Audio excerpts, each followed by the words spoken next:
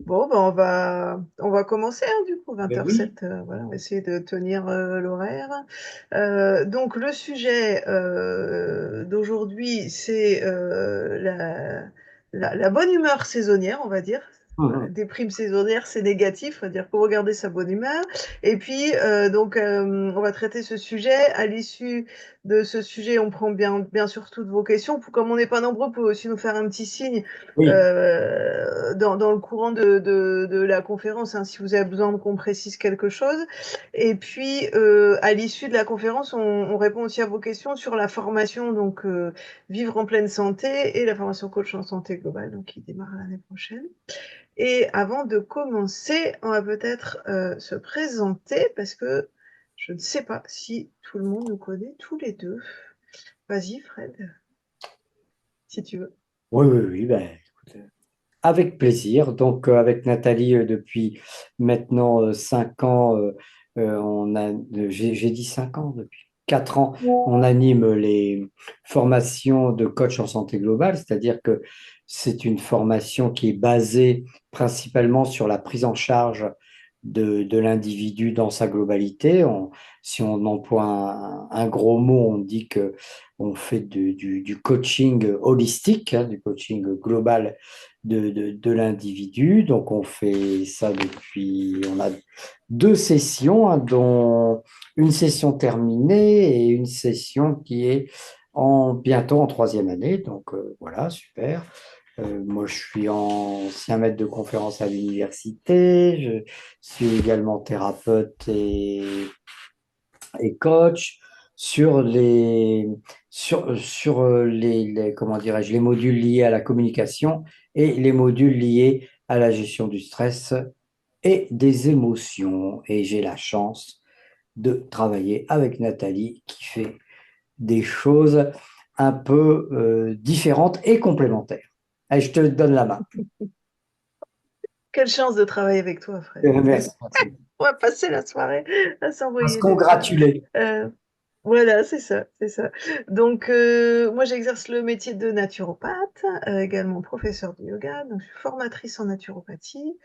Je travaille aussi un peu en médecine intégrative, c'est-à-dire en partenariat avec notamment le docteur Amandine Debré qui a fondé le centre Hirondelle Bleue, centre de médecine intégrative. Et puis aussi, quand je m'ennuie, je suis contribuée à la réalisation d'un film sur l'agriculture. Voilà, et je m'ennuie pas trop en fait en général. Et donc une de mes grandes passions, c'est de transmettre tout ce qu'on a pu expérimenter, et à la fois les connaissances, mais surtout l'expérience. Et c'est ça, en fait, qui est important, qui est aussi important pour Frédéric que pour moi et pour tous les intervenants dans notre formation, c'est que on a beau blablater, en fait, on peut parler des jours et des jours. Si on n'expérimente pas, ça sert à rien. Et progresser dans la santé globale, c'est-à-dire autant la santé du corps que savoir comment équilibrer ses émotions, être joyeux, avoir du plaisir à entrer en relation avec les autres, et être bien tout simplement. Ben, en fait, ça s'expérimente. On peut toujours avoir des idées dans les livres ou en formation, mais il faut vivre en fait tout ça vraiment. Et c'est là-dessus qu'on base notre pédagogie. Et aujourd'hui, donc le thème de la déprime saisonnière, c'est un thème qui nous parle parce que voilà, on voit quand même pas mal de gens, surtout en ce moment, qui ont pas forcément le moral. Mais la façon dont on aborde les choses, c'est une manière globale. C'est-à-dire, c'est pas je déprime, bah, prends un antidépresseur, même naturel. La santé globale, c'est vraiment autre chose. C'est une vision plus holistique et on va travailler sur les causes. Qu'est-ce qui fait que bah, cette déprime est en train de s'installer et comment est-ce qu'on peut faire sur tous les plans, le plan physique, le plan émotionnel, le plan relationnel, voilà, le plan de l'énergie vitale, pour en fait ben, passer ces périodes en gardant le moral, parce que euh, finalement c'est ça la pleine santé. La pleine santé, c'est pas l'absence de symptômes physiques. C'est pas de pas avoir mal par-ci par-là, c'est pas de pas avoir de temps en temps un rhume, une diarrhée ou d'autres choses qu'on aime bien en naturopathie. La pleine santé, c'est de comprendre pourquoi. de tirer les enseignements et puis d'avancer toujours et de le faire dans la joie. Et c'est pour ça que ce thème de la déprime saisonnière, c'est vraiment clé parce que la pleine santé, c'est la joie de vivre. Vous voyez, être heureux d'être là, même si parfois il nous arrive des crasses, ben, c'est un fond de joie de vivre, c'est ça qui permet de s'adapter à tout ce qui nous arrive. Fred, tu veux Oui, oui, préciser un je petit voulais peu juste ou rebondir? compléter par rapport à ce que tu viens de dire. Être en santé, le, si on voulait définir le bonheur d'être en santé, c'est d'accepter dans la vie les hauts et les bas, c'est-à-dire d'accepter quand tout va bien, quand je suis en haut de la vague, que ça surfe super bien, et puis quand je suis dans le creux de la vague, quand ça va moins bien, eh bien, j'accepte l'idée que ça puisse aller moins bien pour rester bien évidemment le moins déprimé possible, c'est-à-dire le plus en joie et le plus en bien-être et en bonheur. Donc, ce serait vraiment l'idée, ça va être comment, l'idée de ce soir, ça va être de comment je vais pouvoir euh, naviguer entre les hautes vagues et les creux de vagues tout en restant bien bien dans mon corps, bien dans mon alignement et bien dans ma santé. Mm, mm. C'est une grande idée, ça, que la santé, en fait, c'est la capacité à s'adapter.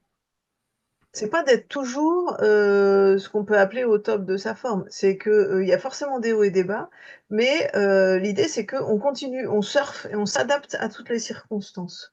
Et vous savez, le petit adage, ce qui ne tue pas rend plus fort.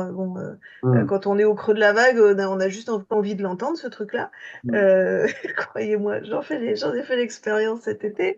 Mais en fait, quelque part, c'est ça. C'est de se dire, quelles que soient les circonstances autour, je sais que j'ai la capacité de m'en sortir et de garder mon énergie. Il y a cette notion d'énergie vitale qu'on aime bien en naturopathie, vous savez. C'est c'est ce qui nous permet en fait d'éliminer les toxines quand il y en a trop, de soutenir la régulation des émotions. C'est ce qui nous permet voilà, d'être en santé et de nourrir cette joie de vivre.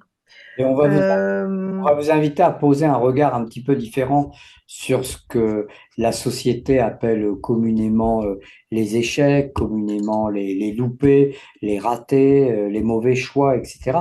Et on va vous inviter à poser comme regard, et si j'utilisais les creux de vague comme étant une expérience qui va m'aider à grandir.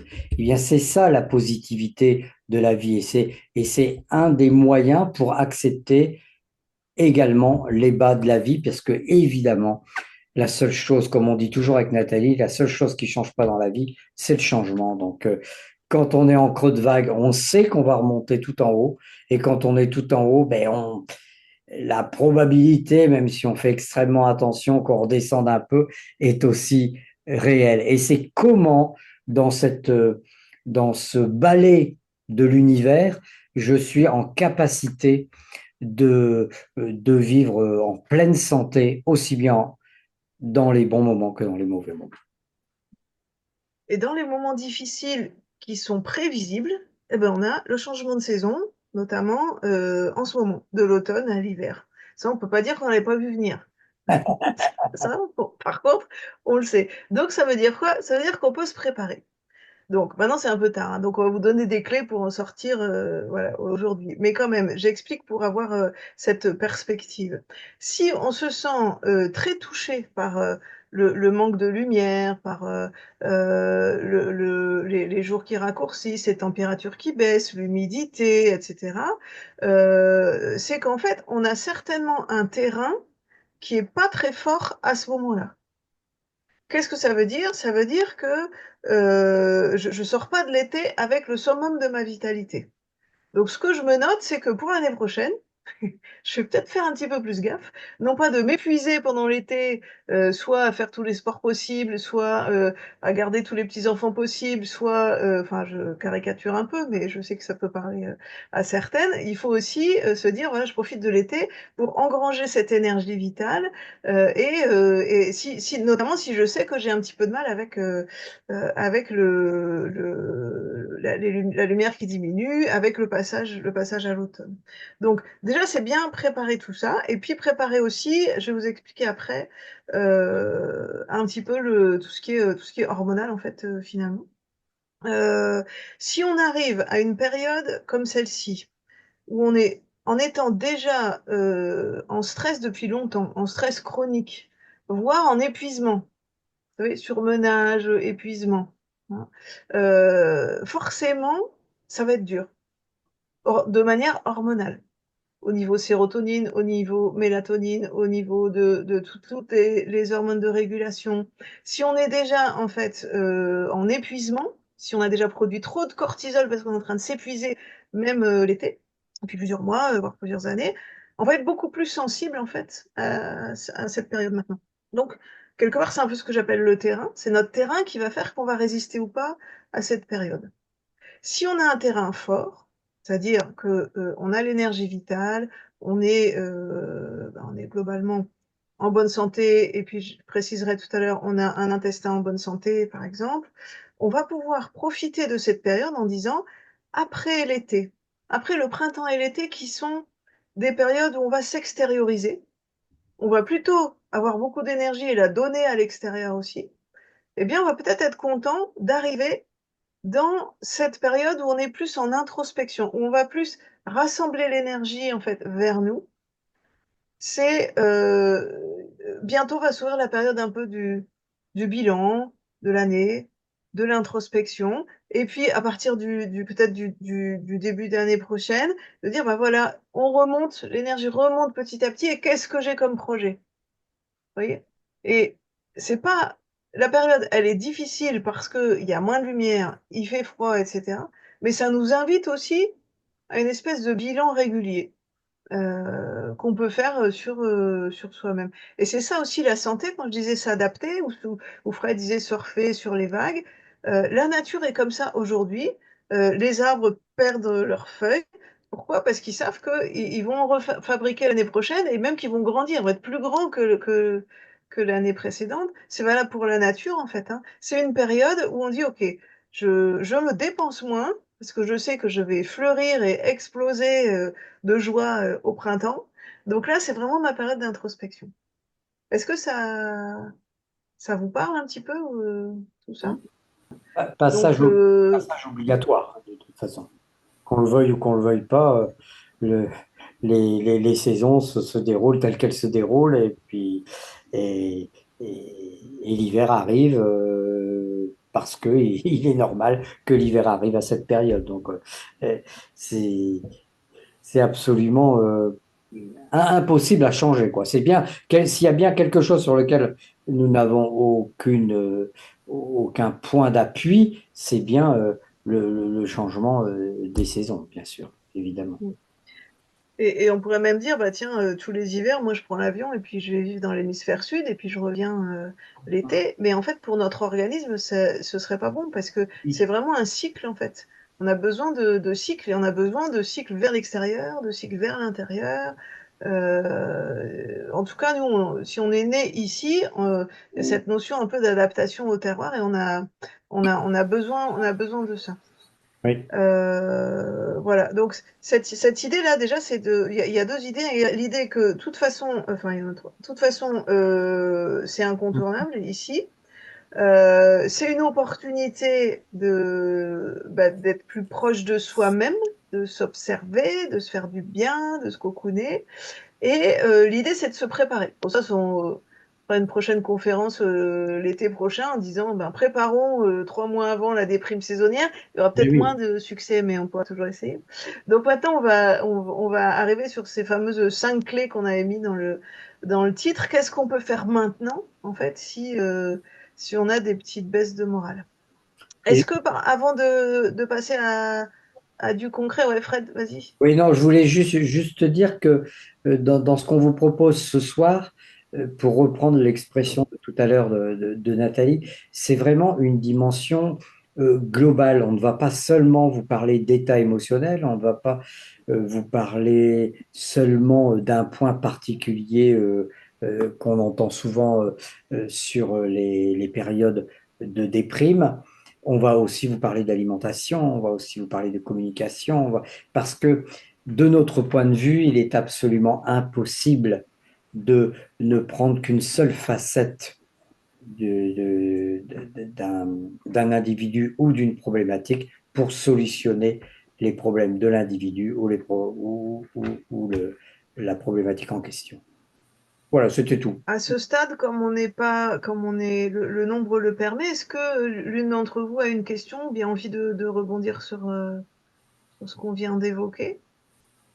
Alors moi, j'ai du mal avec l'écran, alors il faut que je me familiarise. Tu entends bien quand même, Ghislaine? Ça Oui, je va? vous entends bien, mais des fois, ça disparaît, ça revient. Le tableau avec les affichages et les icônes, il disparaît. Alors, j'essaie d'écouter au D'accord. mieux. Je vais Ok. essayer. Bon, ok. Ouais, ouais, le son est plus important que l'image. Ah oui, tant que j'ai la leçon. Ouais, dans ce cas-là, si vraiment tu étais très très embêté, tu coupes la vidéo. D'accord. Mais si t'es pas embêté, reste avec nous. Non, non, non, non, Mm. non, ben, pour l'instant, j'essaie de rester un maximum. Je rappuie sur les boutons pour remettre, rediriger, rediriger. D'accord. Ça ira bien la prochaine fois. Ok, ok. Gardons la bonne humeur malgré les problèmes Ah techniques. oui. Mm. Ok. Quelqu'un d'autre a une question ou quelque chose à évoquer? Non? On avance? Ok. Voilà. Voilà, donc là, on va vous donner des outils assez concrets, hein, des trucs qu'on peut appliquer directement. Alors, un des premiers outils, une des premières clés dont on avait envie de vous parler, c'est un peu le pendant à la baisse de lumière. En fait, c'est la luminothérapie. C'est tout simple dans l'idée, se dire bah, la lumière baisse, du coup, en fait, ça fait partie des premières choses qui nous manquent en fait, hein, on sent ce manque de lumière. Il y a des lampes de luminothérapie qui peuvent être intéressantes. Si vraiment vous, ça vous parle en fait, ce manque de lumière, vous pouvez toujours tester ça. Donc ça, on fait des séances plutôt le matin. Donc faut acheter une lampe, hein, ça c'est sûr. Le matin plutôt au réveil et quelque part ça va aider à réguler l'horloge interne. Ces séances de luminothérapie avec une action notamment sur la production de sérotonine. Donc la sérotonine, c'est l'hormone qui régule l'humeur. Donc quand on en manque, c'est là où on peut avoir des accès de déprime, voire de dépression. Donc c'est intéressant pour ça. Et aussi le fait de s'exposer à la lumière le matin, eh ben, en fait, ça va favoriser le sommeil pour la nuit suivante. Parce que en fait, notre horloge interne dépend beaucoup de la lumière, en fait, hein, on appelle ça le cycle dans le cerveau qui va produire les hormones nécessaires à notre rythme journalier, l'alternance jour-nuit. Et donc, si on capte bien la lumière le jour, bah, du coup, notre cerveau va bien comprendre que la nuit, il faut dormir. Et donc, on va produire plus de mélatonine, donc qui est l'hormone qui régule le sommeil.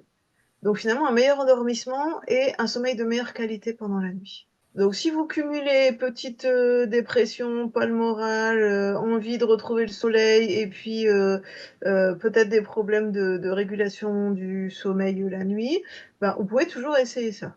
Très important à la lumière, hein. C'est une des raisons pour lesquelles, pour des questions notamment de sécrétion hormonale, Nathalie vous conseille d'allumer les lampes de luminothérapie le matin. On ne saurait que trop conseiller que ce soit vraiment le matin, parce que si vous faites de la luminothérapie le soir, alors que c'est le moment où on sécrète la mélatonine pour bien dormir, eh bien évidemment, ça va avoir un effet secondaire et non souhaité.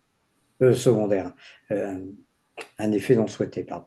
Ça va, donc ça c'est un premier point, la lumière, puisque même si tu proposais, Nathalie, d'aller bronzer dans les îles ou dans l'hémisphère sud, je crois, hein, mais, et si on partait dans l'hémisphère sud, en effet, ce serait pas bon pour l'organisme puisqu'on est né ici, mais par contre, des séances de luminothérapie, euh, ce serait vraiment une bonne chose. De toute façon, on le voit parce que Ouais. vous allez chez votre médecin traitant ou chez un conseiller, un naturopathe ou qui va vous prendre en charge. Là, on en parlera tout à l'heure, hein. Mais pendant cette période où le noir est vraiment présent, vous allez avoir des, des compléments pour justement sécréter les hormones qui nous manquent pendant cette période. On va voir ça juste après. Bah, oui, on peut en parler, notamment par exemple le complément qu'on va nous être obligés entre guillemets de prendre. Quand je dis nous, c'est nous qui habitons l'hémisphère nord et particulièrement le nord de la France, c'est la vitamine D. En fait, la vitamine D, elle est essentielle pour plein de choses au niveau du fonctionnement du corps, y compris pour le moral, mais pas que, hein, aussi pour la santé osseuse, pour vraiment plein de choses. Et en fait, on est quasiment tous, nous, là, qui habitons dans l'hémisphère nord, on est quasiment tous en déficit de vitamine D. Et donc, en fait, on recommande à tout le monde de prendre de la vitamine D du mois d'octobre jusqu'au mois de mars, minimum. Surtout si on habite dans le nord de la France, un peu moins chez vous, les chanceux du sud. Mais c'est une question de temps d'exposition au soleil, mais aussi de hauteur et de place d'angle, en fait, d'ensoleillement, parce qu'il faut que l'angle soit bon pour qu'on puisse, en fait, recevoir les, les rayons du soleil et fabriquer nous-mêmes la vitamine D. Donc, normalement, on la fabrique l'été, on la stocke, et puis on déstocke pendant l'hiver. Mais on s'expose plus suffisamment. En fait, avant, les êtres humains, c'était dehors tout le temps, en fait. La principale activité, c'est l'activité agricole. Et puis même, enfin, les gens restaient pas enfermés devant des écrans. Et donc, on a vraiment besoin d'avoir les rayons du soleil sur la peau pour transformer ces rayons du soleil en vitamine D et qui va finalement agir, entre autres, sur notre morale. Donc, bah, par chez nous, on est quasiment obligé de prendre la vitamine D. Par contre, on va éviter de prendre une forte dose de vitamine Oui. D une fois tous les 3 mois ou 6 mois ou tout ça, parce que, en fait, ça peut être très difficile à gérer par le foie. On a déjà eu des gens qui font des malaises avec une grosse dose de vitamine D. Donc, en médecine naturelle, on va plutôt recommander une, deux ou trois petites gouttes tous les jours. Vous savez, les vitamines D qu'on trouve soit dans les labos de compléments naturels ou parfois en pharmacie. Euh, donc, ça se compte en unités internationales. UI, c'est marqué UI sur les comptes-gouttes. Donc, il faut à peu près 1000 UI par jour. Souvent, c'est recommandé moins. Mais quand on regarde les études, notamment canadiennes ou etc., en France, les recommandations officielles sont inférieures. Mais en vrai, il faut à peu près 1000 UI par jour quand même. Donc, ça dépend de votre flacon. Ça peut être une goutte ou ça peut être 2 gouttes par jour. Voilà, donc si possible le matin. Bon, et pas forcément dans l'eau parce que l'huile et l'eau se mélangent pas. La vitamine D, elle se dilue dans l'huile, pas dans l'eau. Hein, on appelle ça liposoluble. Donc, si vous mettez des petites gouttes de vitamine D dans l'eau, ça va flotter, vous voyez, donc c'est pas terrible. Donc, mettez ça sur je sais pas, un bout de bon pain au levain que vous mangez le matin, ou une petite cuillère d'huile, ou un truc comme ça. Mais dans l'eau, ça marche pas très bien. Vous trouverez, Voilà, donc ça, c'est le petit truc. ouais, je voulais juste te dire que vous trouverez des dosages différents également. Vous pourrez trouver aussi des dosages différents, mais tout en sachant que ici, ce qui est recommandé, c'est 500 ou 1000 hein, unités, mais vous pourrez aussi trouver d'autres indications de dosage. Là, je vous laisse libre de choisir le dosage qui vous convient le mieux en fonction. On peut augmenter quand on est dans un épisode infectieux, parce que la vitamine D, ça joue aussi sur l'immunité. Donc 1008, c'est sûr, c'est quand vous voulez renforcer un peu votre système immunitaire. Hmm. Voilà, donc la vitamine D, c'est la vitamine D3, on prend, hein, naturelle, vitamine D3. Elle va être issue soit de la laine de mouton, et soit on a une version aussi végane, qui est issue du lichen, qui est un mélange entre un algue et un champignon, qui produit aussi de la vitamine D3. C'est la D3 qu'il faut. Si jamais vous avez l'habitude de prendre la vitamine D, que votre taux remonte toujours pas, parce qu'on peut le faire doser par le médecin, voilà, vous allez voir le médecin, hein. Il existe en pharmacie une version pour les récalcitrants, mais qui est bien aussi parce que c'est des petites gouttes. Ça s'appelle Dédrogil. Drogil, D-R-O-G-Y-L, je crois. Mais prenez déjà les naturels et puis ça ira bien. Voilà, ça c'était le petit truc. Alors évidemment, ça remplace pas le terrain, tout ce dont on va parler, la régulation des émotions et tout. Mais ben, malheureusement, quand on habite par chez nous, ça fait partie des incontournables, la vitamine D en gouttes tout l'hiver. Et oui. Donc, adaptez Donc bien, il est temps de commencer. adaptez bien Ouais. le dosage à votre particularité d'individu, à votre région et puis à votre, je ne sais pas du tout quels sont les résultats exacts, mais il me semble que le dosage sanguin des vitamines D, ça peut être intéressant pour avoir un postulat de départ. Ouais, tout à fait. Ouais, ouais, ça on peut le demander à son médecin. Ouais. Bon, ben, c'est très bien ça. Ouais. La Est-ce que lumière, la vitamine D.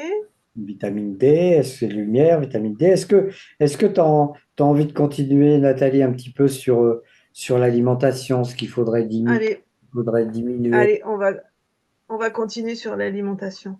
Alors, quand on parle de régulation de l'humeur, de déprime, ou même parfois on a aussi des hauts et des bas. On est content au début de la journée et puis arrive 10 ou 11 heures, ça y est, on n'en peut plus. Voilà. Et puis on a des pics un peu comme ça dans la journée. Ben, en fait, souvent c'est que on a du mal à réguler le sucre. Hein, c'est le taux de sucre dans le sang qui se régule pas bien. Et ça, en fait, c'est très mauvais pour garder une humeur stable. Donc, le problème, c'est qu'aussi quand on est un peu déprimé, ben, on va pas aller se jeter sur des brocolis, mais plutôt sur du chocolat ou des petits trucs sucrés. Donc, c'est un peu, voilà, ça tourne un peu en rond là. Donc, bah, faut le prendre par un bout et se dire, bah, comment est-ce que je peux diminuer le sucre ou en tout cas, si je mange vraiment trop de cochonneries, bah, remplacer par des choses qui ont un index glycémique plus bas. Par exemple, pour les collations, ben, on peut manger un fruit et des amandes. C'est quand même mieux que une tartine de Nutella, par exemple. Si je veux quand même manger une tartine, bah, je vais choisir du pain complet au levain. Le sucre va arriver moins vite dans le sang. Vous voyez un peu ce que je veux dire? Bon, ça, je le répète hein, depuis longtemps, mais vraiment, le sucre, c'est ça qui va altérer notre terrain, altérer l'intestin, et les variations de glycémie en plus au niveau du sang, c'est ça qui fait les variations de l'humeur. Le fait que on est au bout du rouleau, on n'a plus d'énergie, et puis d'un coup, ben, on est tout hystérique, tout euphorique. Hein, ça, faut absolument éviter. L'humeur, elle doit être égale. Ça n'empêche pas qu'on peut des fois sauter de joie, mais je dirais volontairement. C'est pas le sucre qui nous maîtrise. Hein. Donc, faites bien attention donc aux cochonneries. Donc, remplacez par des produits. Si on est sur mais quand je dis sucre, ça va être aussi, par exemple, le pain blanc, les pâtes blanches, ce genre de choses. Hein. Donc déjà, si on arrive sur des produits semi-complets, c'est déjà pas mal, complet si on peut. Et puis ensuite, au niveau des sucres, ben, le sucre blanc raffiné, déguincé et compagnie, ça, on ne doit plus avoir ça dans les placards, quoi. Hein. On a le sucre de canne complet, on a le rapadura, le muscovado, on a le sucre de coco, on a plein de sucres qui sont meilleurs pour la santé. Ils n'ont pas tout à fait le même effet sur la glycémie, ils ont un peu plus de minéraux. Donc voilà, pas de. Déjà, on change ça. Après, on trouve maintenant sur Internet plein de recettes de gâteaux avec très peu de sucre, où on va remplacer du sucre par la compote de pommes, on va faire un gâteau avec du potiron, on va faire... Voilà. Il y a maintenant, on n'a plus d'excuses, il y a tellement de sites, de blogs et tout ça sur, sur des pâtisseries, des petits gâteaux moins sucrés. Et en plus, voilà, qui sont très bien faites et qui sont très bonnes, hein. Même pour quand on fait le goûter pour les enfants ou tout ça, on peut trouver des choses vraiment beaucoup moins sucrées. Et si c'est nos propres grignotages, bah, toujours penser les noix, les noisettes, les amandes, hein, qui ont un index glycémique beaucoup plus faible. Donc ça, c'est déjà contribuer enfin, arrêter de déréguler l'humeur avec les produits sucrés. C'est pareil avec le café, hein. Le café, c'est un excitant. Donc ça favorise aussi les pics et les creux d'énergie.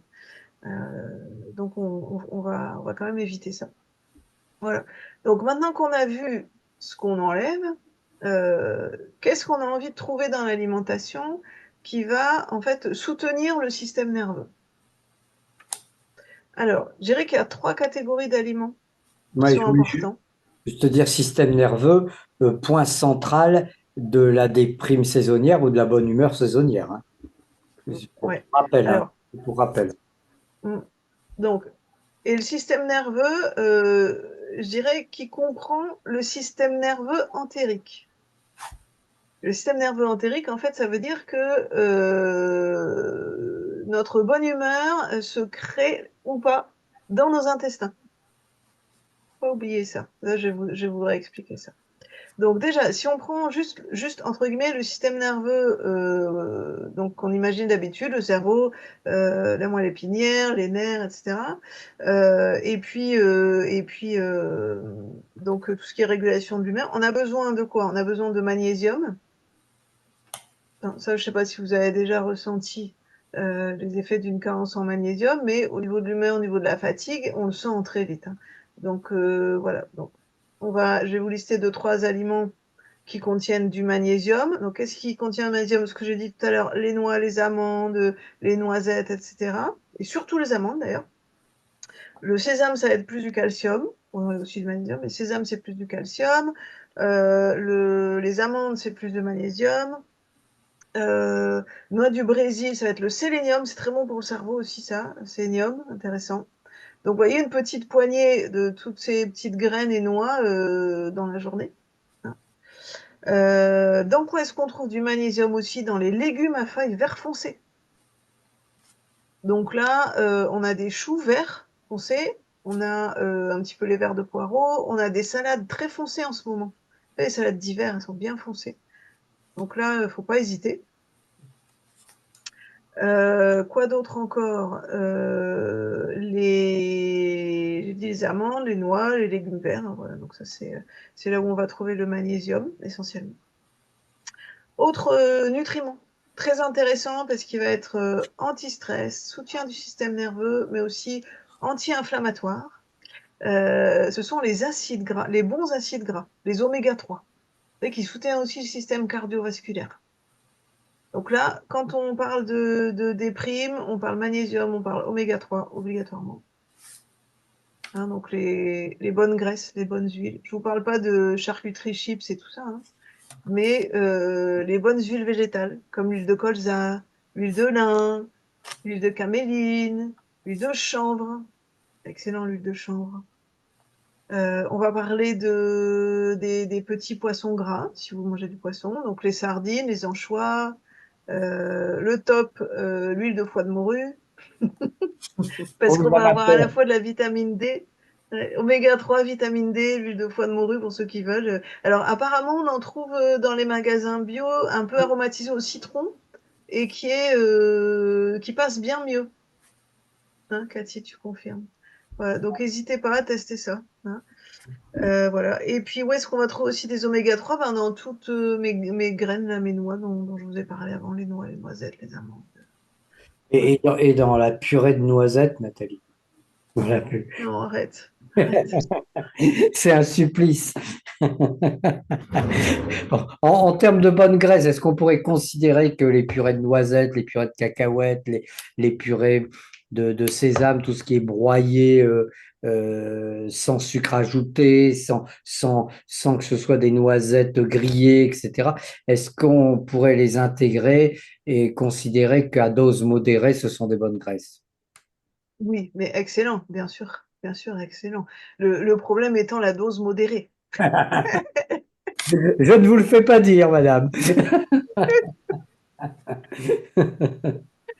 Donc, par exemple, si vous voulez terminer votre repas sur une petite touche de quelque chose, pour ceux à qui il manque voilà, le dessert, bah, une petite cuillère de purée d'oléagineux, que ce soit noisettes, cacahuètes, etc., qu'on va le faire fondre en bouche assez longtemps, bah, ça peut être intéressant. Le tout étant de ne pas prendre la deuxième petite cuillère et la troisième petite cuillère. Parce que, étant donné que ce sont des lipides, c'est très calorique malgré tout, hein. Donc, c'est la juste dose. Voilà. Donc ça, c'est pour magnésium et puis oméga 3. Donc ça, c'est vraiment les nutriments du système nerveux. Et je vous ai parlé de faire du système nerveux entérique. J'ai parlé aussi de la sérotonine tout à l'heure, qui est l'hormone qui régule l'humeur. La sérotonine, elle est produite en très très grande partie par nos bactéries intestinales. Ça veut dire que si on a une flore intestinale bien équilibrée, eh bien, on va produire suffisamment de sérotonine et on va être joyeux et d'humeur égale. Si on a une dysbiose, c'est-à-dire un déséquilibre de la flore intestinale, on n'aura plus suffisamment ces bonnes bactéries qui vont produire de la sérotonine et d'autres, hein, il y a plein d'autres neurotransmetteurs qui sont produits dans l'intestin. Donc la première chose à faire, je vous parlais au tout début de la conférence d'anticiper, vous voyez, voilà, l'objectif de la pleine santé, c'est toujours d'avoir un intestin en pleine santé. Quel que soit le sujet, de toute façon, on finit toujours par parler de l'intestin parce que il y a beaucoup de choses qui se jouent à ce niveau-là, hein. Donc, une bonne flore intestinale, c'est le secret d'une bonne humeur. On a même des études qui montrent que des médicaments probiotiques, vous savez, les petites gélules qu'on prend probiotiques, sont plus efficaces que certains antidépresseurs. J'ai vu des études, notamment une étude anglaise que j'avais vue il y a 1 an ou 2, qui montrait ça en test clinique, hein. Voilà. Donc, chez certaines personnes, dans certaines conditions. Mais, vous voyez, en fait, l'intestin, c'est vraiment le siège de la régulation de l'humeur. Donc, s'assurer d'avoir un intestin sain, c'est un travail vraiment à faire au long cours. Si ce qu'on peut recommander en ce moment, eh ben, ça va être dans l'alimentation, d'amener justement ces probiotiques dans l'alimentation. Et donc, ce sont les légumes lacto-fermentés, par exemple, que vous trouvez au rayon frais des magasins bio. Sinon, vous pouvez aussi les faire vous-même. C'est assez facile. Et je vous mettrai tout à l'heure dans le chat un lien avec la recette qui est sur mon site internet. Ça, vous pourrez aller regarder les quantités de sel et tout ça. En fait, c'est une méthode de conservation que nos ancêtres utilisaient. Et l'intérêt, c'est qu'en fait, c'est une fermentation lactique. Et donc, les bonnes bactéries vont, en fait, prédigérer les légumes, produire plein de substances très intéressantes. Et donc, ça entretient une bonne flore intestinale. Donc, par contre, on mange pas tout le pot d'un coup, sinon on risque d'avoir bien mal au ventre. La dose, c'est à peu près l'équivalent d'une bonne cuillère à soupe, souvent c'est râpé, hein. Donc l'équivalent d'une bonne cuillère à soupe au début du repas, 1 ou 2 fois par jour. En début de repas, en plus comme ça on lance la digestion, c'est vraiment quelque chose de chouette. Tout ce qui est, alors en boisson, on a le kombucha, le kéfir, mais ces boissons lacto-fermentées sont aussi très intéressantes pour l'intestin. Et si jamais voilà, on a vraiment des soucis intestinaux et tout ça, on peut toujours amener les probiotiques en complément, en gélule, hein. Mais ça, il vaut quand même mieux prendre le conseil d'un naturopathe ou de quelqu'un qui s'y connaît. Parce que sur un intestin qui est très irrité, faut pas forcément commencer par les probiotiques. Il y a plein de choses d'autres qu'on peut faire. Mais dans l'alimentation, vous pouvez toujours les mettre. Bon voilà, je crois que j'ai fait un peu le tour de ce qui est l'essentiel dans l'alimentation. On n'a qu'une heure, hein, donc on va accélérer un petit peu. Vous m'entendez? Fred? Oui, Ouais. Ah, je voulais ajouter par rapport à tout ce que tu as dit, revenir sur la dimension holistique ou globale de la prise en charge. C'est sûr qu'un terme, un titre comme la déprime saisonnière, on s'attend peut-être à parler d'autre chose que d'alimentation.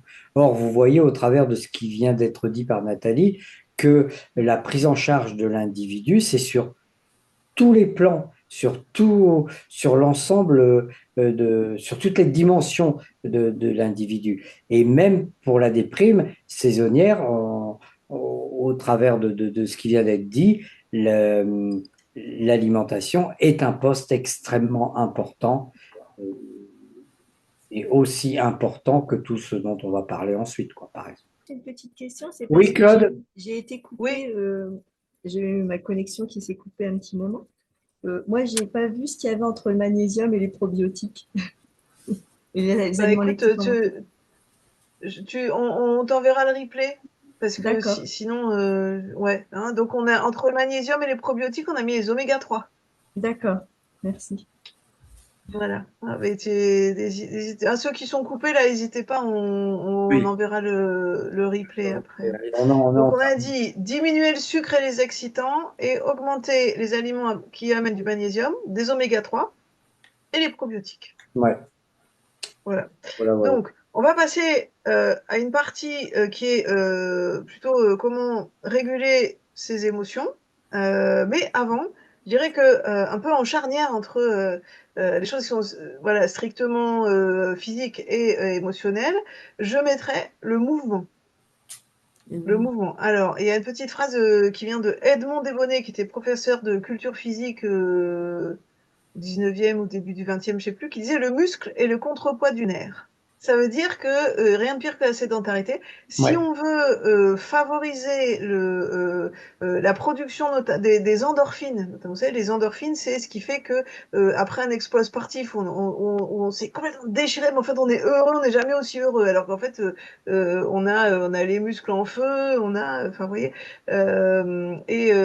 c'est la libération d'endorphines qui sont vraiment des hormones du bien-être. Vous voyez comme on est bien après un effort sportif, et ça dure. Il y a même un pic d'endorphine à peu près une heure après l'effort sportif. Donc l'idée, c'est pas forcément de courir un marathon, de grimper le Mont Blanc, de faire le Tour de France, mais c'est d'avoir une activité physique qui est adaptée, si possible à l'extérieur, et si possible quotidienne. Marcher 45 minutes d'un bon pas tous les jours, ben, je dirais c'est mieux que d'aller faire 1 heure et demie de sport en salle une fois par semaine. Vous voyez l'idée, hein? C'est vraiment cet entretien. Et en plus, si on peut, en même temps qu'on fait du sport, faire attention à sa respiration, ça c'est aussi une grande clé, hein, bien respirer, faire aller le diaphragme, ben, en fait on va vraiment stimuler la production des endorphines. C'est technique anti-stress par excellence. D'ailleurs, on dit souvent, ben voilà, quand on a une grosse colère ou quoi que ce soit, il faut que j'aille marcher pour me calmer. Là, on l'expérimente, hein, toutes. Voilà, le mouvement. Hein, n'importe lequel, ça peut être un mouvement doux comme du qigong, du yoga, ça va être la marche, ça peut être, si vous êtes sportif, hein, vous faites du vélo, vous faites n'importe quoi, vous faites des sports collectifs, vous savez bien hein, que à l'issue de la séance de sport, on est bien. Avant, des fois, on n'a pas envie. Surtout s'il pleut, fait pas beau, tout ça, on n'a pas envie. Mais après, on dit, ah, mais j'ai bien fait. Hein, je sais pas si ça vous parle un petit peu. Fred, Oui. c'est vrai ce que tu en penses. Si, mille fois d'accord, hein, l'activité physique tous les jours. Et pour compléter le dicton de Bonnet, je ne sais plus qui disait que un être vivant enfin, non, un homme debout est un homme vivant. Je ne sais plus Mm. qui disait ça. Et la sédentarité, c'est évidemment un véritable fléau puisque le corps est fait pour bouger, bouger, bouger, bouger. À ce stade, est-ce que tu serais OK pour qu'on refasse un petit point, une énumération des points qui ont été abordés, hein, je pense à la lumière, là, je pense à l'alimentation avec notamment en point numéro un, attention à ne pas se jeter sur des produits réconfortants de type sucré, bouger, respirer. Est-ce que j'en oublie d'après toi? Non, non, non, c'était ça, hein, et puis on a parlé un peu de vitamine D aussi quand même Ah oui, dans les oui, vitamine. compléments, malgré tout, Ouais, qui sont indispensables. ouais. Euh, alors, on avait aussi commencé la conférence en disant que bah, ce changement de saison, bah, il fait partie des changements qu'on a à accepter et que plutôt que de refuser ce qu'on pourrait appeler des émotions négatives, bah, plutôt de Absolument. transformer ça, en fait. Fred, je sais pas si tu voulais... Oui, je voulais juste te dire que euh, aïe.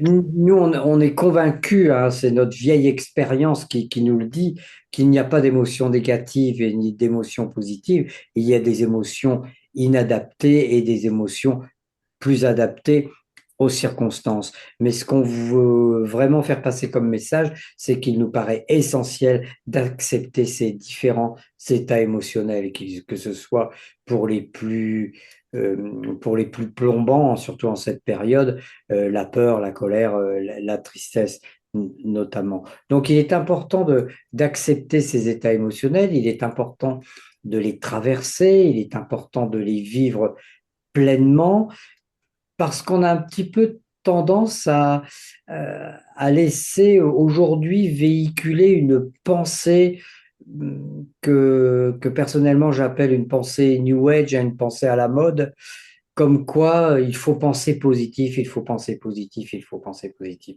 Oui, bien sûr qu'il faut penser positif, mais au demeurant, il n'est pas question de nier ses émotions quand elles viennent vous impacter, vous traverser. Vous êtes triste, c'est OK. Vivez pleinement cette tristesse le temps qu'elle dure. Bien évidemment, il y a, on parle d'émotions inadaptées pathologiques quand elles durent 6 mois, 1 an, voire plus. Et là, il est essentiel de se faire accompagner. Tu me coupes quand tu veux, hein, Nathalie, hein. Il est essentiel de se faire accompagner pour, comment dirais-je, pour traiter cette problématique émotionnelle. Mais quand les émotions viennent euh, vous appeler, viennent vous interpeller, vivons-les pleinement. Il y a des techniques, hein. Si je suis triste, je pleure ou j'en parle à, à, à des personnes compétentes ou à des amis, etc. Ou tout au moins, je peux vider mon trop-plein émotionnel. Si je suis dans la peur, eh bien, il y a des techniques corporelles, hein, psychocorporelles pour faire passer la peur. Et puis, si je suis en colère, eh bien, je peux très bien aller hurler dans la nature. Avec Cathy, on parle de nature parce qu'on est dans la nature, mais on peut aller hurler dans la nature, on peut taper dans un punching ball, on peut faire des mouvements de qigong qui s'apparentent à des bêtes sauvages, etc., etc. Donc, il y a plein de moyens pour accueillir, vivre et traverser les émotions. Et tous les deux, on est d'accord avec ça. Il est absolument impossible d'aller placer des, des cataplasmes sur une jambe de bois parce que si on n'a pas traversé les émotions dans toutes ces dimensions, eh bien, vous essayez de faire autre chose, c'est vraiment poser un cataplasme sur une jambe de bois. Il faut vraiment les vivre pleinement. Vas-y, Nathalie, hein, si tu veux compléter. Alors oui, en fait, comment est-ce qu'on peut interpréter ça aussi? C'est de ne pas nier ses émotions. Oui, Si on ressent de la tristesse, faut pas dire je suis heureux, parce que c'est pas vrai. Donc il y a déjà une étape, dire ok, ben, j'accepte de traverser ça. Ensuite, de se dire, est-ce que c'est confortable ou pas pour moi? Ça ne l'est pas trop. Qu'est-ce que je peux faire? Donc, je mets en place tout ce qu'on a dit d'exercice physique, voilà, Voilà. d'alimentation et tout. Mais quand on regarde dans toutes les anciennes philosophies de yoga, d'Ayurveda, dans toutes les techniques, qu'est-ce qu'on dit? Si on veut développer un état particulier, on va méditer dessus. Et méditer, ça veut dire euh, se rapprocher de cet état. Si je suis triste, je médite sur la joie. Et méditer sur la joie, ça peut parfaitement être regarder un film comique, par exemple. Oui. C'est se mettre dans cette vibration de joie, se mettre dans la vibration de ce que je voudrais éprouver.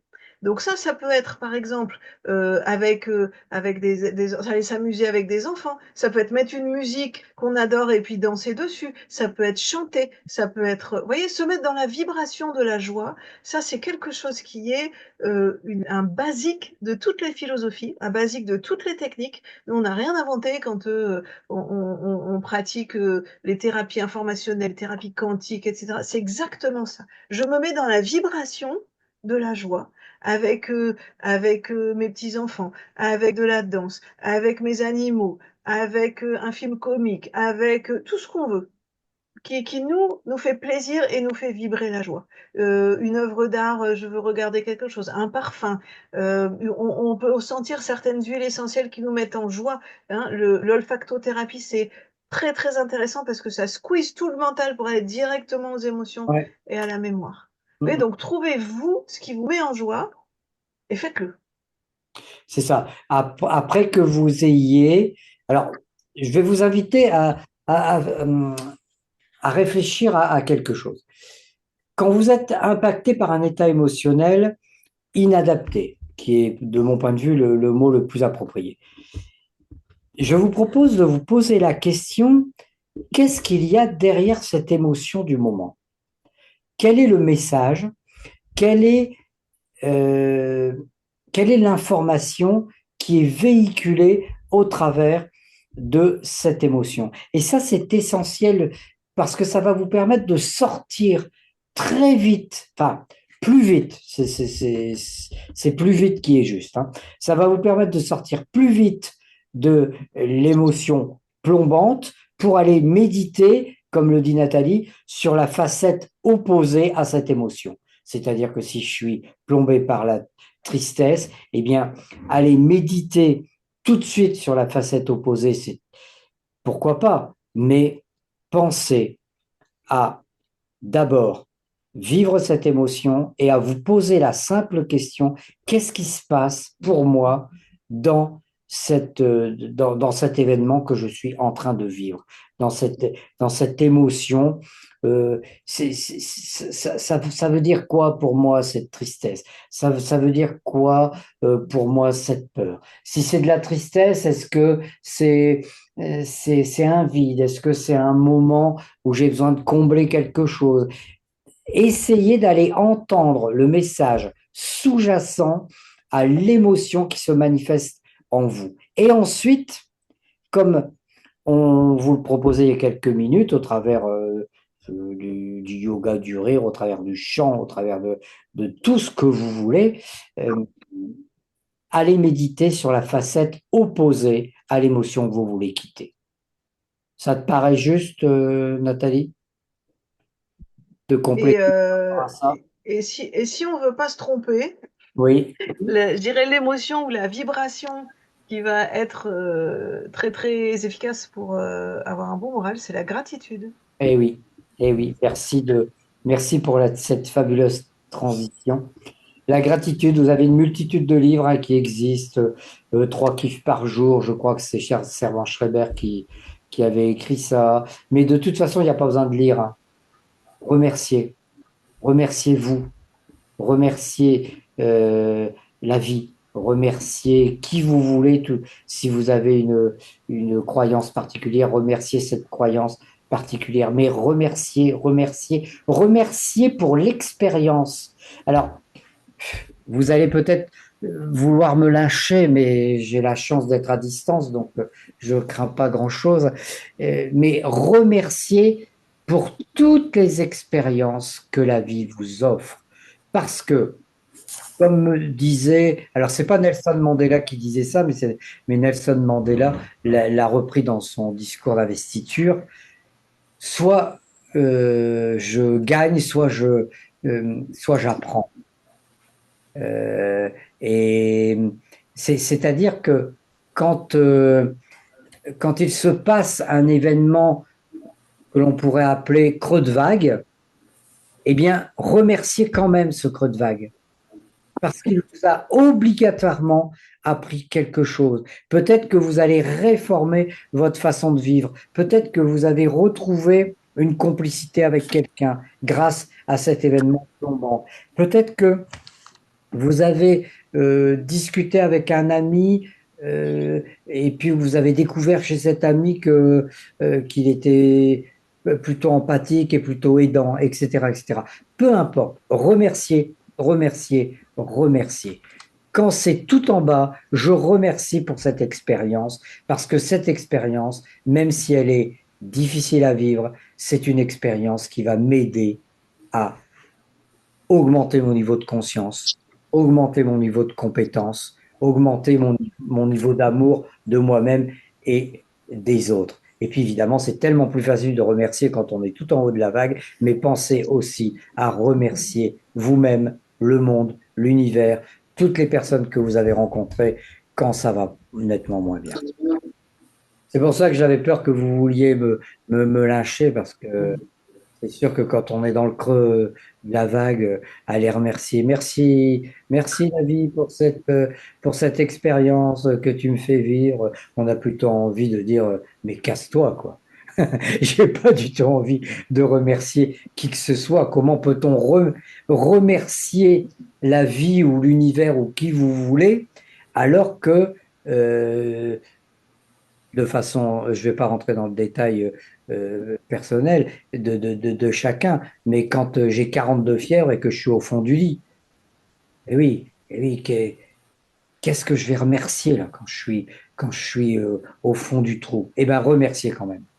Remercier quand même parce que même cet événement inconfortable va obligatoirement vous faire évoluer vers plus de conscience, plus de compétences et plus d'amour. Déjà, la télé. Nathalie, tu veux ajouter Et une petite bidouille? ouais, alors ça aussi, hein, ça nous apprend à avoir confiance en la vie finalement, hein. À partir du moment où on a confiance en la vie, on sait que même les moments où on n'a pas le moral, et c'est ok aussi de pas avoir le moral, bon, tout passe et puis il faut se faire confiance à soi et faire confiance en la vie. Et puis petit à petit, alors on n'y arrive pas à chaque fois, mais quand on arrive à avoir de la gratitude, ben, on est doublement content. On se dit ah bah chouette, Eh oui. c'est bon, je commence à remonter. Donc on a fait le tour là de. Alors on avait dit 5 clés dans le titre, mais bon il y en a beaucoup plus, hein. Donc vous ferez le Ouais. tri, vous prendrez ce qui vous parle. Je terminerai juste sur le fait que, notamment ce dont on vient de parler en dernier, c'est pas toujours facile de le faire et que parfois la nature peut nous aider un petit peu en soutien. Je pense aux plantes, donc par exemple aux fleurs de bac. On va pas tout détailler ici, mais ça peut vraiment aider à donner un déclic. Par exemple, si on est vraiment dans une extrême tristesse, dépression, etc., peut-être que la fleur de bac qui s'appelle olive pourrait aider. Donc ça, si Laquelle vous tu connaissez disais? pas, vous pouvez vous... Excuse-moi, Nathalie, Olive, j'ai pas. Olive. olive, Ah oui, d'accord, j'avais pas oui, entendu. Ok. olive. Ok. Donc pourra aider. Par exemple, hein, mais vraiment, si, soit vous connaissez déjà, donc pensez-y, soit faites-vous aider par un conseiller, un spécialiste en fleurs de bac. Après, qu'est-ce qu'il peut y avoir aussi? Quand on est vraiment dans une grosse déprime, il peut y avoir des plantes comme la griffonia ou la rhodiola. Donc, prenez pas ça si vous avez un traitement allopathique, pour voir si c'est compatible, hein, d'abord. Mais voilà, ça peut être intéressant, mais faites-vous conseiller aussi, hein, par quelqu'un si vous connaissez pas trop, mais sinon, voilà. Vous voyez, parce que parfois, quand on est vraiment au bout du rouleau, faut pas hésiter à demander de l'aide, donc soit se faire coacher, comme disait Fred, mais les plantes, elles peuvent nous aider aussi, hein. Oui. Celles qui me connaissent savent que je suis pas bobologue, j'aime pas dire un symptôme une plante, un symptôme une plante, donc maintenant qu'on a passé 1 heure à parler vraiment de santé globale, bah, parfois c'est vrai que la nature, elle est là pour ça aussi. Les huiles essentielles aussi, qui sont des vrais concentrés de soleil, qui sont concentrés, plantes concentrées de soleil. Quand on parle comme ça de déprime et d'humeur, elles peuvent être aussi intéressantes. Oui. Hein, une lavande, par exemple, pour réguler l'humeur, la lavande, c'est un très bon anxiolytique, l'essentiel de lavande. Après, si on veut juste sentir quelque chose qui nous met en joie, ben, peut-être l'orange, le citron, vous voyez, ces odeurs-là, qui donnent du peps. L'orange douce, il peut y avoir la camomille romaine, il peut y avoir, enfin, vous voyez, plein de choses, quoi. Voilà, et on pourrait continuer longtemps. Donc là, ce qu'on voulait vous transmettre, c'est les clés essentielles pour réfléchir. Hein, c'est pas des solutions toutes faites, c'est des moyens de réflexion et d'action pour vous, à la manière de la santé globale, donc à la manière de la formation qu'on qu'on anime, hein, et qui va du coup pour la 3e promo qui va commencer au mois de mars prochain. Oui. Avec donc un week-end par mois, sauf juillet et août, parce que Sauf c'est les les vacances, en vacances gros, pour hein, tout le monde. mais c'est un week-end par mois. Oui. Voilà. Et où en fait, ben on réfléchit ensemble, on avance ensemble sur ce chemin de la pleine santé, aussi bien sur l'alimentation que sur la régulation des émotions, sur comment bien communiquer et aussi comment connaître un peu les bases de la naturopathie, c'est-à-dire la détox, l'énergie vitale. Ça, c'est vraiment les grands sujets. Et vous voyez comment on aborde ce sujet de la déprime saisonnière, ben, on aborde le sujet de la pleine santé de la même façon pendant la formation. Hein, donc voilà, je sais pas si qu'est-ce qu'on peut dire d'autre, Fred, par rapport à Ben, ça. oui, on peut dire que vraiment la première année, c'est un gros travail sur soi, hein, c'est-à-dire aussi bien sur le plan alimentaire où on est plutôt sur un travail de réforme alimentaire, sur la gestion de ses émotions, on est plutôt sur un apprentissage de comment manager au mieux ses émotions pour être en santé. Sur le plan relationnel, on est sur de la communication interpersonnelle, enfin, non, de la communication de soi à soi et de la communication interpersonnelle euh, plus, plus subtile, bienveillante, enfin, bien, comment dirais-je, attentive à soi, attentive à l'autre. Et donc, vraiment, au travers de, de, de, de cette prise en charge globale de l'individu, c'est cette formation qu'on a mis un bon bout de temps à mettre en place et à construire, surtout à construire. Quand je dis à mettre en place, c'est à construire. Ça nous tient beaucoup à cœur parce que enfin, un petit peu à l'image des médecins qui font de la médecine intégrative, un- on prend en charge l'individu au travers de toutes ses dimensions pour un mieux-être. Donc l'individu, c'est vraiment un travail sur soi. La 2e et la 3e année, c'est quelque chose d'un peu différent si on veut accompagner d'autres personnes. Mais vraiment, la première année, c'est quelque chose d'essentiel puisque nous, on considère qu'on ne peut pas donner de conseils ou accompagner qui que ce soit si nous ne sommes pas nous-mêmes en pleine santé. Donc ce programme qui commence au mois de mars, il est autant pour les gens qui dans le futur voudraient en faire leur métier que pour tous ceux qui veulent apprendre pour soi-même. En fait, ça devrait être c'est un niveau qui devrait être enseigné à l'école à tout le monde. Oui, Voilà.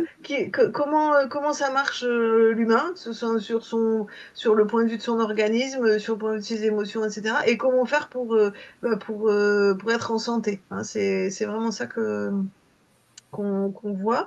Alors, il y a deux parties pris, je dirais, aussi dans cette formation, en plus de le faire de manière globale, c'est de le faire en présentiel, parce que rien ne remplace le contact humain, rien ne remplace une transmission d'humain à humain, rien ne remplace le groupe. Dans la connaissance, même si on dit j'avance dans la connaissance de moi, c'est le groupe qui va m'aider en fait à ouais, avancer dans la connaissance de soi. Et puis on peut aussi mettre en pratique en présentiel. Quand on étudie l'argile, on fait des cataplasmes d'argile, on bidouille. Quand on étudie la cuisine, on fait un cours de cuisine, pas à chaque fois, mais voilà. Quand on parle de relaxation, on fait une relaxation en vrai avec les gens sur place. Ça n'a rien à voir avec les formations en distanciel, donc on sera peut-être les derniers dinosaures à être en présentiel, mais pour l'instant, on tient encore à le faire. Et justement, c'est pour ce deuxième point, c'est la dimension expérientielle, Ouais, que c'est je vous ça. disais aussi au début de la conférence. Et tu vois, pour apporter un élément complémentaire à ce que tu viens de dire, le module qu'on a appelé relationner, hein, qui concerne notamment bien communiquer avec soi-même et avec les autres, eh bien, le groupe va pouvoir nous mettre à l'épreuve en termes de communication de façon permanente pendant un week-end par mois, puisqu'on est en interaction constante avec les autres membres du groupe. Voilà, alors nous, on est des inconditionnels du présentiel parce qu'on est des inconditionnels de l'expérience qui, pour nous, est la voie d'apprentissage, la voie suprême d'apprentissage. Voilà. Mm. En tant que Et vieux d'ailleurs, dinosaure. on demande à chacun de tenir un carnet de route dans lequel chacun note en fait comment il met en pratique ce qu'on apprend en formation. Qu'est-ce qu'il a bien réussi à faire, les problèmes qu'il a eu, les freins, quel effet ça a eu, de quoi est-ce qu'il aurait besoin pour avancer encore plus. C'est ça qui est important en fait, hein, c'est de progresser ensemble, de s'auto-analyser. Est-ce que vous avez des questions par rapport à soit à Ah, la conférence, soit à la formation? on est à votre disposition, hein, si vous avez vraiment une petite question, que ce soit pour le sujet de ce soir sur la déprime ou la reprime saisonnière au choix, ou pour les, la formation. Nous, on estime que, je pense à la formation, en l'occurrence à la première année, nous, on estime que c'est vraiment un outil de base, quoi, cette première année. Ça, ça, comme tu disais, hein, ça devrait être enseigné à l'école, mais la première année, c'est, c'est tellement important de prendre soin de soi parce que, et je fais une petite aparté, sachez que vous êtes les personnes les plus importantes pour vous. Personne n'est plus important pour vous que vous, en aucun cas. Donc, bien se connaître, bien mettre en place les processus, qu'ils soient liés au stress, à l'alimentation, à la communication, et j'en passe et des meilleurs, c'est prendre soin de sa propre personne. Et donc, si je suis en santé, par ricochet, je peux prendre soin de façon très adaptée des autres. Mais on ne peut pas prendre soin des autres si on ne prend pas soin de soi. C'est une des bases, c'est la base d'ailleurs de la première année, hein, c'est prendre soin de soi pour pouvoir prendre soin des autres dans le futur. Mm. Ouais, alors on dit première année, mais si vous voulez, ça peut être la seule, hein. Quand on dit Ah oui, première année, c'est dans un cursus oui, oui, c'est vrai. professionnalisant, Excuse-moi. hein. Ouais, On n'est pas obligé d'en faire son métier. Justement, cette première année ou ce premier ouais, programme, on va dire, il est un tout à lui tout seul, c'est si ça. on veut le faire pour soi-même. Par contre, si on veut le faire, si on veut en faire son métier, faut faire la deuxième et la troisième année. Mais sinon, voilà, c'est vraiment quelque chose qu'on a un peu retravaillé justement par rapport aux années précédentes pour que ce soit un tout vraiment à destination de tous les gens qui veulent prendre soin d'eux-mêmes et de leur famille. C'est les grandes bases et si on n'a pas envie d'en faire son métier, on n'a pas besoin d'aller plus loin. Il y aura toutes les clés en fait avec ce Première année. programme-là, ces 10 week-ends-là. Mm. Ouais, c'est Oui. ça. Vraiment, cette première année, c'est euh, prendre soin de soi, quoi. Prendre soin de soi et puis se rééduquer pour viser la santé globale de de ce que l'on a de plus cher au monde, de notre être. Excusez-moi, bonsoir. J'avais une question, s'il vous plaît. Allô? Oui, Oui, bonsoir. J'avais une question. oui, c'est Laurence, c'est ça? Oui, c'est ça, oui. Ok. Donc, en fait, moi, je voulais savoir si c'est pris en compte par le CPF, hein. Non, toutes les formations qui sont qui ont comme thématique la santé, le bien-être, ne sont pas prises en charge par le CPF. Seules les formations professionnalisantes sont prises en charge par le CPF, c'est-à-dire les formations qui débouchent directement sur un emploi.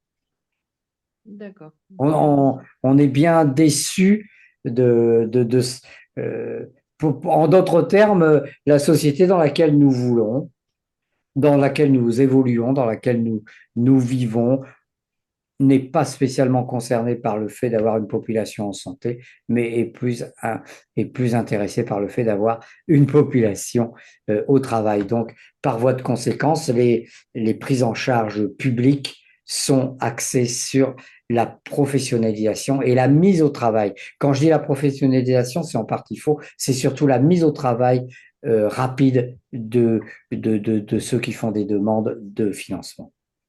D'accord. Cathy, reprends-moi si je me trompe, hein, parce que tu viens de le vivre pleinement au niveau de France Travail, hein, je crois. Hein. Et Tout à fait, oui. Donc effectivement, le CPF, bon, bah, tu me l'avais expliqué, c'est vrai que ça s'est durci ces derniers, on va dire ces derniers mois, voire ces dernières années.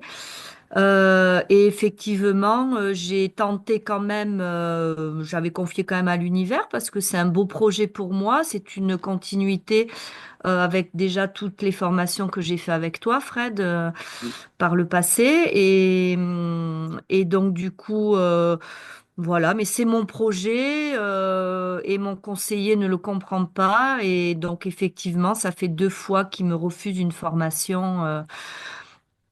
Parce que voilà, comme tu le dis, si c'est pas une formation bien, on va dire, qui rentre dans les clous de cette société-là, dès qu'on est un peu hors des sentiers battus avec des projets qui touchent plutôt à l'humain, voilà, à la santé ou au développement personnel, c'est refusé, quoi. merci pour ton témoignage, Cathy, parce que je savais que tu venais de le vivre en direct. Donc je pense que ça va donner de l'info à Laurence.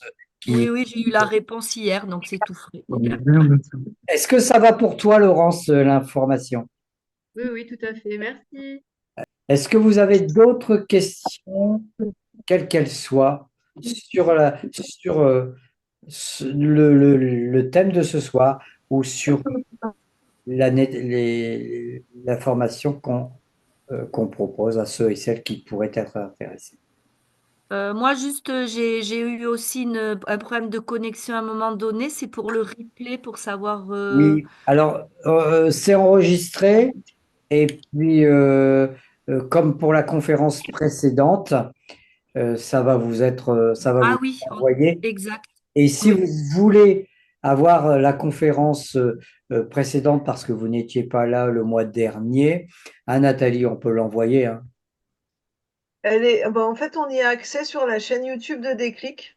Ah oui, Mhm. d'accord, ok. Hein, voilà, donc faut trouver Déclic Formation sur YouTube dans les vidéos, cliquez sur vidéo là, normal sur YouTube en même temps. Et voilà, c'est. Donc vous aurez en replay les deux conférences, mais rassurez-vous, on va vous Ouais. envoyer par mail pour celles et ceux qui sont là ce soir, on va vous envoyer par mail le lien de connexion du replay de ce soir. Voilà, voilà.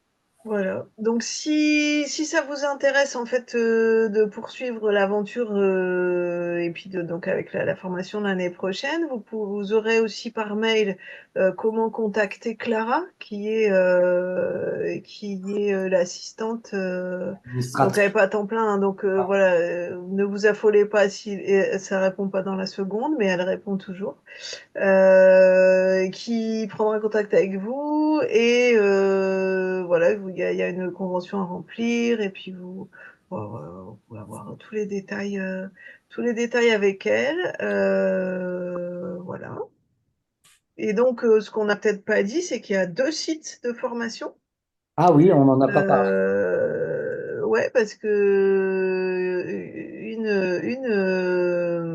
une formation qui démarre à Arras, comme les 2 précédentes, et une nouveauté, donc formation qui va démarrer près de Toulouse. Donc, Au sud de Toulouse, vous êtes, exactement. Ouais.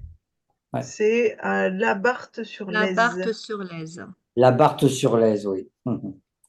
Voilà, donc deux sites, même formation, deux endroits pour multiplier par 2 la capacité à être en bonne santé. Ouais. Et Nathalie, parce tu qu'on seras m'a à posé la Toulouse question, aussi, hein? Nathalie, tu seras à Toulouse aussi. ben non, Ah non. non! Ah, mais ça, je suis en négociation, Cathy. Je suis en Ah! négociation. Donc, Moi, je monte pas à Reims, hein, cette fois-ci, hein. Je comme reste à Toulouse. Oui, alors justement, on m'avait posé la question. En fait, non, c'est deux groupes différents parce qu'on m'a demandé, oui, mais alors moi je m'inscris à Arras, mais est-ce que je serais obligée d'aller à Toulouse? Ça me ah fera non, des bien sûr. frais et tout ça. J'ai dit, non, non, non, non, c'est deux promos différentes. Alors après, nous, ce qu'on a bien en tête quand même, c'est d'organiser pour les gens qui voudront, donc maire facultatif, un week-end commun en dehors des, voilà, si, hein, pour ceux qui veulent aller plus loin, ça pourrait être vraiment sympa, un week-end commun où on ferait petite détox ou un truc comme ça. Donc on a ça en tête hein, pour rassembler les deux promos, mais ce sera forcément facultatif parce que effectivement on est loin. Hein. Bien sûr. Mais voilà, c'est deux promos et deux équipes de formation parce que ben, tout simplement les frais de transport seraient importants et voilà, enfin on a quand même des Ce clics à quand serait même pas des coûts à souhaitable. gérer. Ouais, pour pas augmenter trop le coût de formation, voilà, il y a aussi malheureusement la logique économique, mais sinon moi, je viendrais bien quand même, hein, ça, j'avoue. On va s'arranger pour que pendant ces périodes de vacances, il y ait un week-end de formation. Ouais, et dans le chat, il y a Claude qui témoigne parce que Claude a terminé au mois de juin. Bravo Claude. Oui. C'est 3 ans de formation. Donc Claude est coach en santé globale. Merci, merci. Et Oui, mais Claude, je te voyais pas, donc j'étais pas sûr que ce soit toi. Si, c'est parce que oui, je suis pas encore très au point au niveau Ouais. caméra. Oui, parce que n'espérez pas avoir une formation sur bien utiliser Internet dans la pleine santé. Faire attention, oui. en troisième année, oui, en troisième Oui, année, on t'as en raison, parle. t'as raison. Ouais. Bon, Mais Claude est pas en première. absent le week-end sur Internet. Je blague. Merci. Ouais. En tout cas, merci encore pour tout. En tout cas, Effectivement, content c'est de vraiment, t'entendre, Claude. Ça fait ouais, plaisir. effectivement, c'est très efficace, hein, cette formation.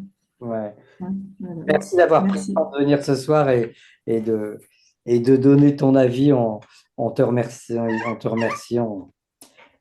Merci beaucoup. Oui, moi aussi. Je suis heureuse et je suis bien. Enfin, voilà. Ça s'entend, en tout cas. Voilà, merci. Et bonne Bien. soirée à tous et bonne continuation. Ouais, merci, Claude. Très belle soirée. Eh Donc, bien, vous avez aussi de temps en temps sur nos réseaux sociaux les témoignages justement de, ouais. de Claude et d'autres personnes donc qui expliquent un peu ce qu'elles ont vécu. Donc ça, c'est sympa. Et puis, donc, on va peut-être conclure en disant que certes, en troisième année, quand on veut en faire son travail, on a un petit module sur comment utiliser Internet et tout ça. Mais en général, donc, en première année, et donc le module qui nous occupe, on dit plutôt qu'il faut éviter les écrans, surtout le soir. Donc maintenant, on va être cohérent et puis on va vous dire au revoir peut-être. Et puis, s'il n'y a plus d'autres questions, pour être cohérent avec la pleine santé, en disant Ouais. voilà, on a assez d'écran pour ce soir. Et Merci. on va aller se coucher avec un bon bouquin. C'est Ouais, bien. merci Voilà. beaucoup. Merci à tous et à Ouais. bientôt. Très, très Bonne belle soirée. À très bientôt. Merci, belle soirée. Merci Au beaucoup d'avoir revoir. été là. Merci. Au Et revoir. attendez un petit peu avant d'aller vous blottir sous la couette. Allez, bonsoir tout le monde et merci à vous d'avoir pris le temps de nous rejoindre ce soir.